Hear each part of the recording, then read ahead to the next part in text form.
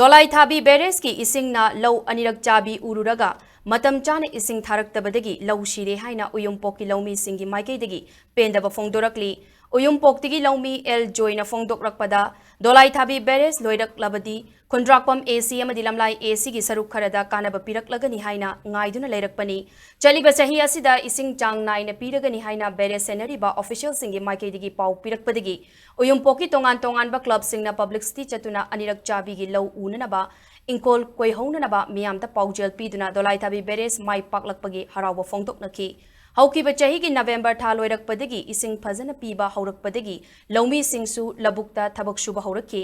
Uyumpok khak natana pukhaudagi sekta faubada leiba tongan ba khungi khunja sing low pananaba thabak haurakki Uyumpoki oinasu low pari nifu hena ahanba charokki low sing unaki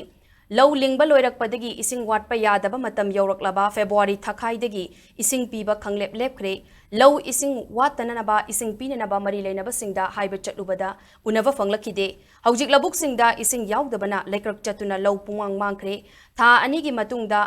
ngarang khanghodana ising piraki Dolai Thabi Beres na ising piribasi low singda kananaba pihanningi Nongju thada ising pibagi mahutta ahan bacharok ki matamda ising pibiyu Dolai Thabi na kanaba pire utnanaba hotnaruba Loumee sing apang batahan bagi thawong makhatana sinbiganu haina fongdoki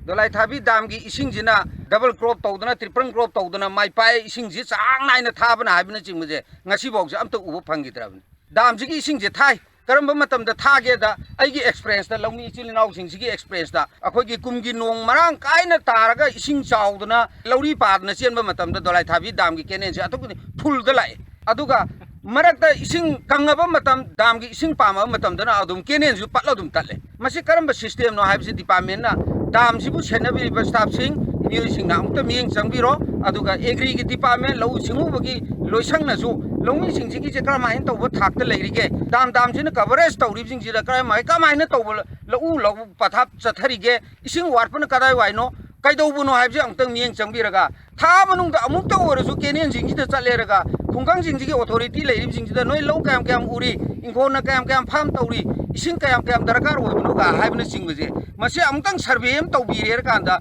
Loumee gi interest ta ising tharaga su thabiro aduga handaki